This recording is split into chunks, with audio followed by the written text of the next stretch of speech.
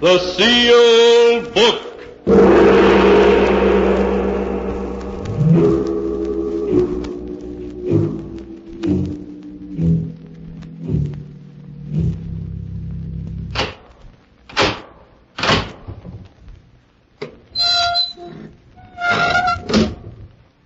Once again, the keeper of the book has opened the ponderous door to the secret vault, wherein is kept the great sealed book, in which is recorded all the secrets and mysteries of mankind through the ages.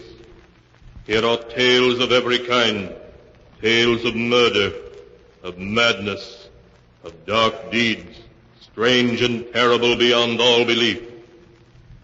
Keeper of the book, I would know what tale we tell this time. Open the great book and let us read. Slowly, the great book opens. One by one, the keeper of the book turns the pages and stops. Ah, the strange story of a murderer who found that justice has an uncanny way of working itself out, as in the tale titled, Murder Must Be Paid For.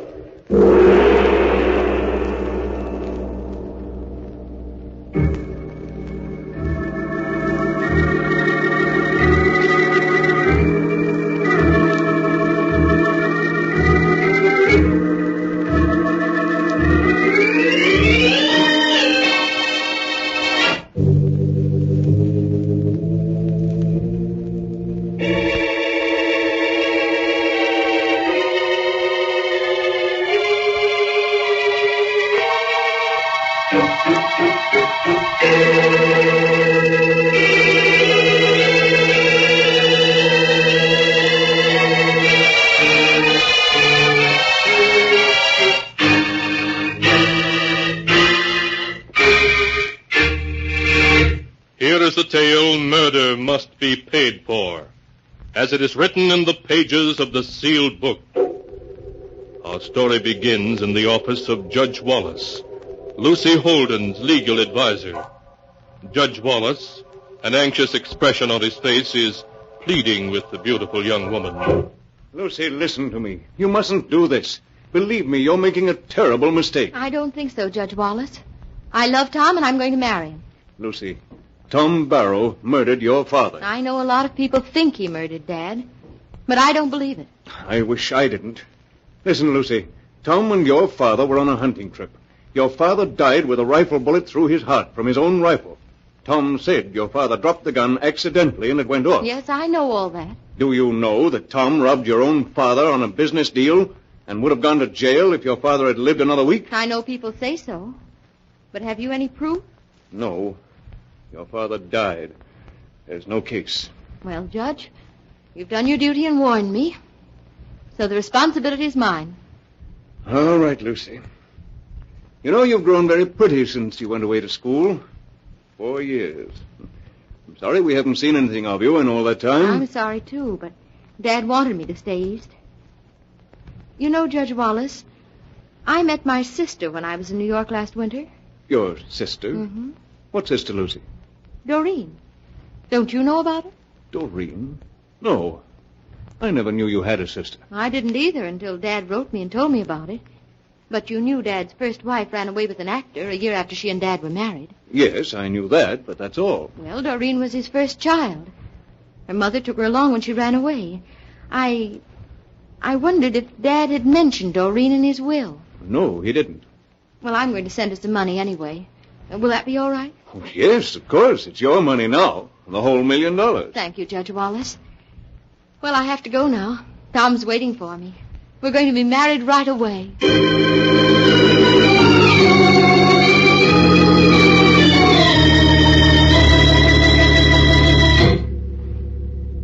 And Lucy married Tom Barrow, big and blonde and arrogantly self-assured.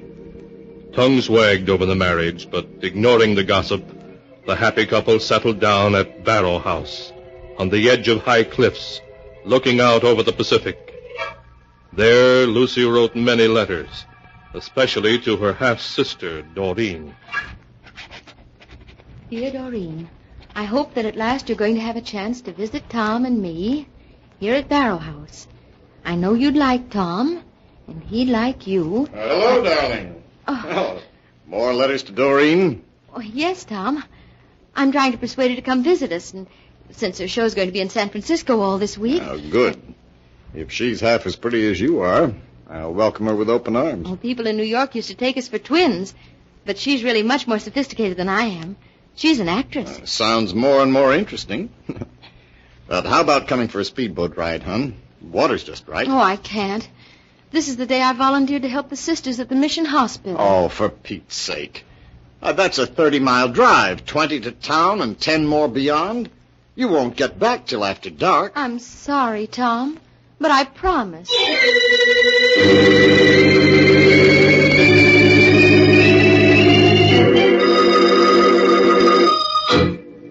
And so, a short time later, Lucy drove off to her volunteer nursing work. So she was not present to see the dusty taxi that drove up to the house several hours later, leaving a visitor. I wonder if anyone's home. Ahoy, the house! Is anyone in? Nobody but me. Who are you? Oh, why, Lucy. Wrong guess, mister. Try again. Holy smoke, I thought... No, your hair's done differently, and you're taller. Say, well, you can't be Doreen. Why not? Is there a law against it? A mystery sister here at last. And on the day Lucy's away. You mean I've missed her? Oh, she'll be back tonight, and you're staying, aren't you? Can't. I have to get back to town to catch the 7 o'clock train for Frisco. Now, that's too bad, but... Well, there's no reason you and I shouldn't get acquainted before then, is there? None I can think of offhand. Oh, then come on in. I'll show you around, and then I'll mix us a couple of drinks. Okay? Okay.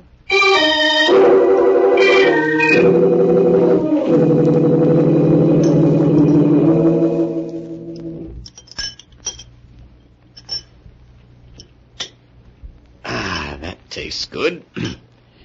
Well, how do you like our little place, now that you've seen it? I go for it. Imagine sitting out here on the cliffs every evening and watching the sun set into the Pacific. Pay us a visit, and you can do it. Maybe I will. How high are these cliffs anyway, Tom? 80 feet, straight down to the Pacific. There's deep water at the foot of them. Oh, I'd hate to fall off. But as for the visit idea, on second thought, I don't think I will. Why not? We'd love to have you. I know I would. That's just the trouble. I might find myself poaching on little Lucy's territory. You mean that? Yes. Now I can understand how little Lucy came to fall for the guy who killed her father. So you've heard that gossip, eh? Yes, but not from Lucy. You did kill him, didn't you? Of course not. It was an accident. A very regrettable accident. Oh, of course. Now, how about driving me back to town? I'll just have time to catch my train. All right, but you're going to come again. I know it. Well, maybe. Well, you know, I think you and I could understand each other. It's too bad I didn't meet you first, instead of Lucy.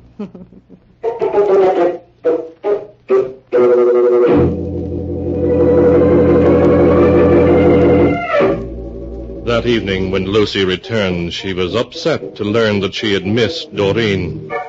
But Tom said that Doreen had promised to come again in a few weeks. And then, because Lucy was tired, they retired early. But during the night, Tom awoke to find Lucy shaking him. Tom! Huh? What's the matter? What is it? Tom, you were talking in your sleep. Talking in my sleep? Yes. I thought you might be having a nightmare. No, I'm all right. Oh, I'm sorry, Tom, but when I heard you talking in your sleep, I thought What was I saying? Well, nothing that I could understand. Why? No reason, just curious, that's all. I've never talked in my sleep before that I know of. Oh, yes, you have, darling.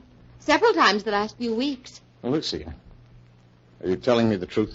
Why, of course. Why should I lie about such a silly little thing? No, of course you wouldn't. Lucy. Yes, Tom? Suppose I sleep in the corner room after this. In the corner room? Oh, Tom, you aren't serious. I'm perfectly serious. The realization that I might be disturbing you would make me more and more nervous until I wouldn't be able to sleep at all. Well, if that's really the case. It is, and anyway, we'll try it for a while, shall we?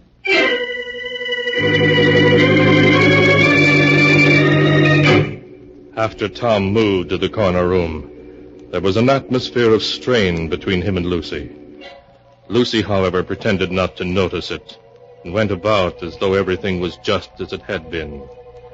She wrote many long letters to her sister Doreen, but Tom noticed that whenever he came close to her, she covered the letters so that he could not see what she was writing. His suspicions aroused, he waited until she left one of them in the mailbox for the rural delivery carrier to pick up. As soon as she was out of sight, he swiftly ripped it open and read it. Now, Lucy, we'll see what you're so carefully hiding from me. Dear Doreen, I have dreadful news for you. Now I know that Tom did kill my father. Night after night, I've been listening outside his door, becoming more and more certain. Last night he cried out distinctly, I killed him, but they'll never prove it, never. Doreen, what shall I do? If he killed Father, he may kill me. I go in fear of my life. I've taken one of his hunting knives, and I carry it around with me to protect myself in case he attacks me. So that's how it is. That's what you've been up to, eh? Well, Lucy, I think that you and I must have a little talk.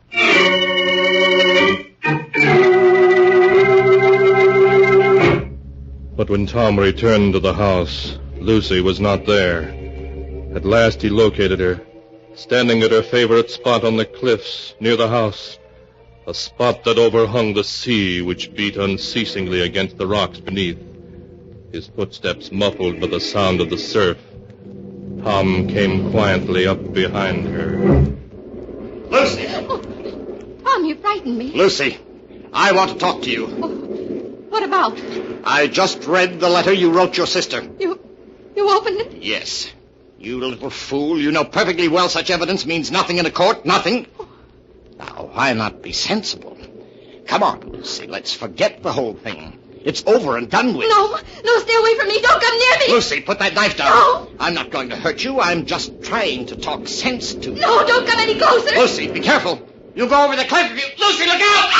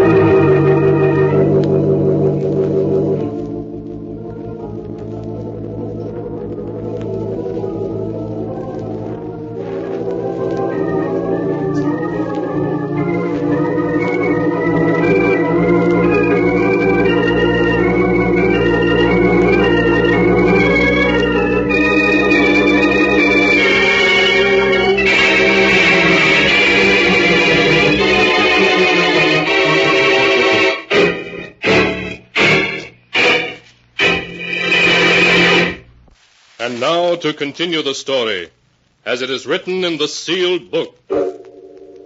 Tom Barrow, a look of horror on his face, stared over the edge of the cliff from which Lucy had fallen. Lucy was gone, swallowed up in the huge waves 80 feet below. Tom searched desperately for her until darkness fell and forced him to return to the house. He strove to calm his nerves and plan a course of action.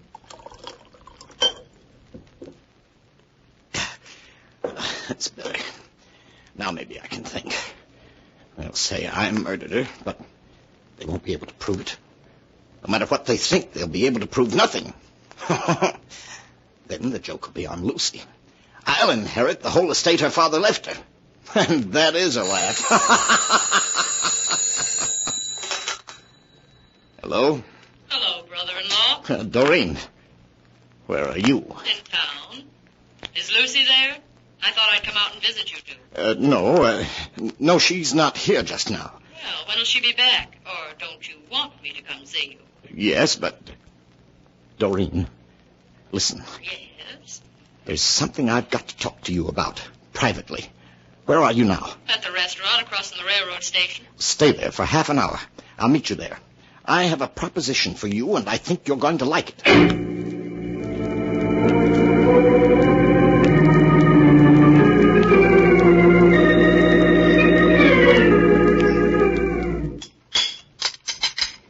So that's the whole story, Doreen. I just wanted to talk sense to her, and she backed away from me and fell over the cliff. So you killed her, did you, Tom? No, I tell you I didn't. It was an accident. All right, it was an accident. As a matter of fact, I'm inclined to believe you. Now, what did you want to talk to me about? Look, Doreen, it should have been you and me, not me and Lucy. You and I belong together. Maybe. Go on, Tom. Now, here's my idea. You look like Lucy. I want you to take Lucy's place. Take Lucy's place? Yes. We'll be married secretly. You'll call yourself Lucy. No one will ever know the difference. And I'll give you half the estate that Lucy inherited from her father, because now that she's dead, I'll inherit it all from her father. Think, Doreen. $500,000. So you want me to take Lucy's place, Tom? Clever. Yes, very clever. No public outcry, no investigation, no suspicion of you. No, Doreen, I'm crazy about you. And we'll get along swell together. We'll travel, have fun. You'll be rich. Yes, I'll be rich, Tom. Then you'll do it. No. What? I have a better scheme than that. What do you mean? If you're convicted of murdering Lucy, Tom, you can't inherit her estate. Then it'll come to me as her next of kin. That way I'll have it all. Doreen. So I'm not going to fall in with your plan. Instead, I'm going to work one of my own. I'm going to see you convicted of murdering Lucy.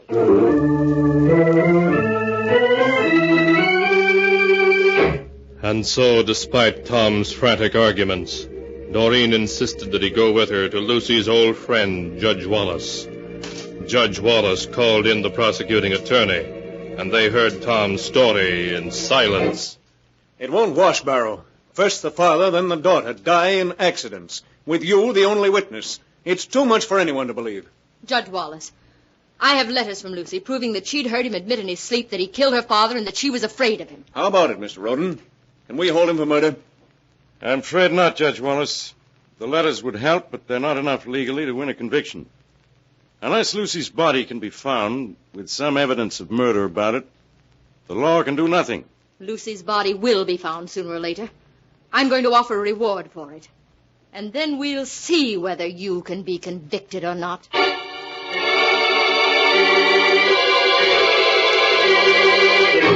But a week went by, and a second week, and Lucy's body was not recovered from the restless waters of the Pacific. A third week, and Tom Barrow began to breathe easily again. Then one morning he received a call from the prosecuting attorney to view the body of a young woman that had been found on the beach by fishermen not far from Barrow House. Well, here I am. Where's the body? Is it Lucy, Mr. Roden? I prefer not to give an opinion until you've both seen her. Attendant, open number 17, please. I lift the sheet so you can see the face. I'm afraid it's badly battered, probably by rocks. Oh! That's not Lucy. I'm positive of it. Well, Miss Holden, what do you say? I'm not sure. Now, I have everything that was on the body here in this envelope.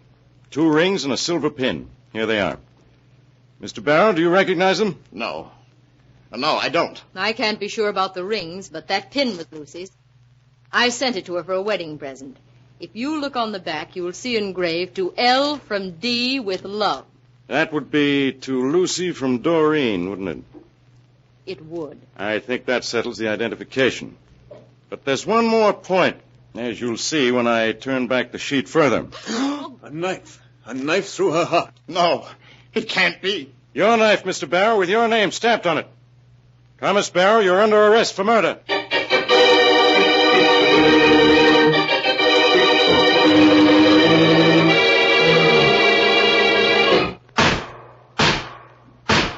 Thomas Barrow, you have been found guilty of murder as charged. The sentence of this court, accordingly, is that at 4:00 in the afternoon on the day of June 3rd, you shall suffer death in the lethal chamber of the state penitentiary, and may God have mercy on your soul.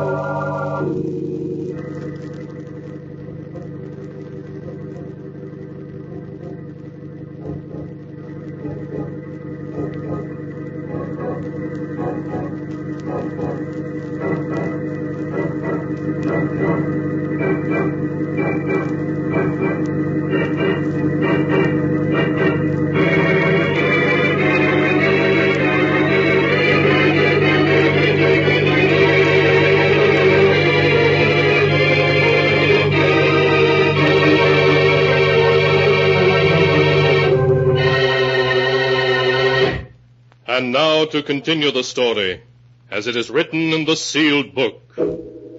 Tom Barrow's lawyer appealed the death verdict, but his appeal was rejected. The evidence was far too overwhelming. Tom kept protesting, but of course no one believed him, except the visitor whom the guard brought to his death cell one afternoon. Here you are, Miss Doreen. Thank you, guard. You can talk to him for 10 minutes, that's all. I'll stand back here where I can keep an eye on him, but I won't be listening. Hello, Tom. You devil. You did this. If it hadn't been for you, I wouldn't be here now. But you are here, where you belong. You ought to be amused at the way things turned out, Tom. If it hadn't been for you and those letters and that knife. You know how that knife came to be in Lucy's body. Yes, I do know. Lucy put it there. Lucy put it there. Yes, Tom.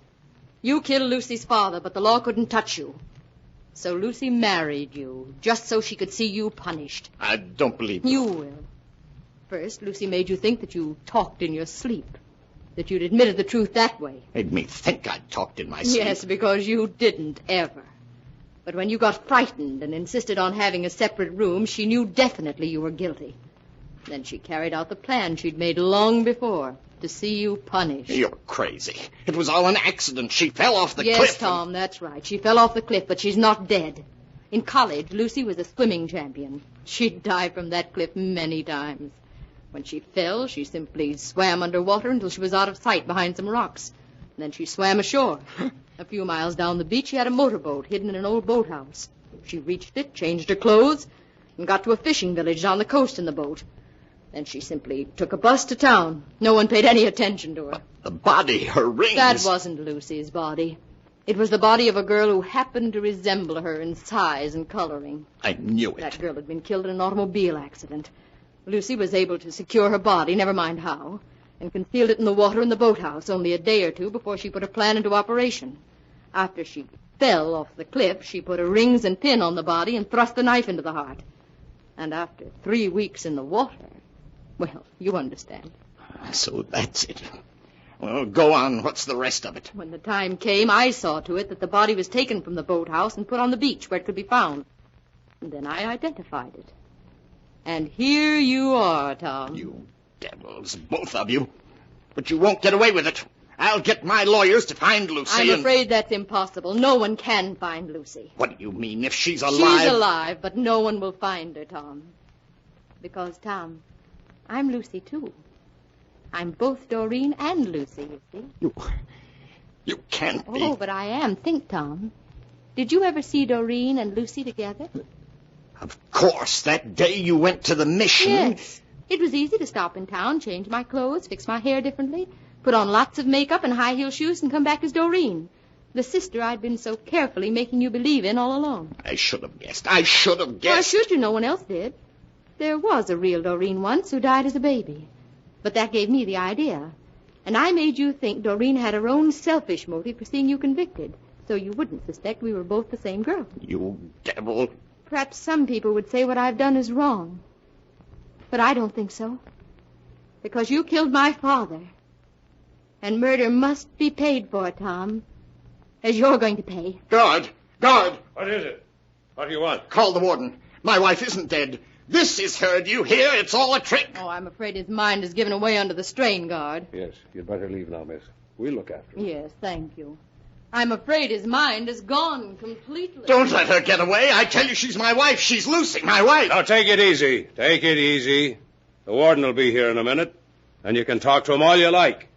On your way to the lethal chamber. No, I'm innocent. I tell you, I've been framed. She's not dead. My wife's not dead. I'm innocent, innocent!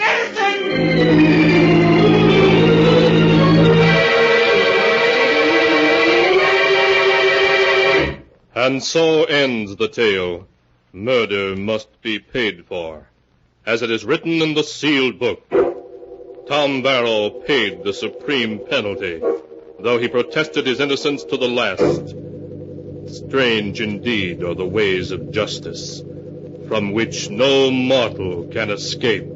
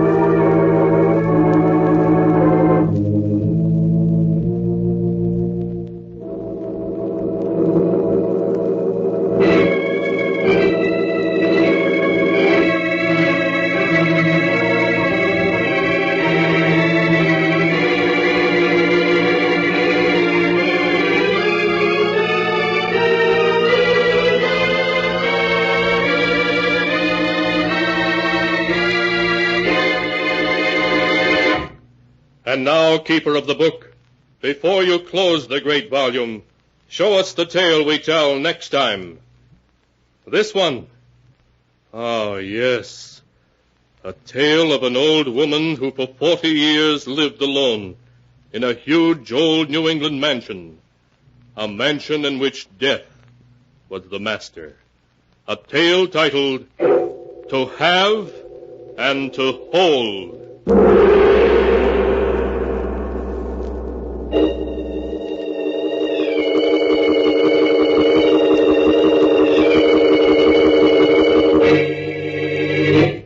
Be sure to be with us again next time, when the sound of the great gong heralds another strange and exciting tale from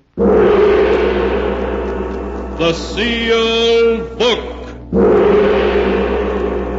The Sealed Book, produced and directed by Jock MacGregor, is written by Bob Arthur and David Cogan.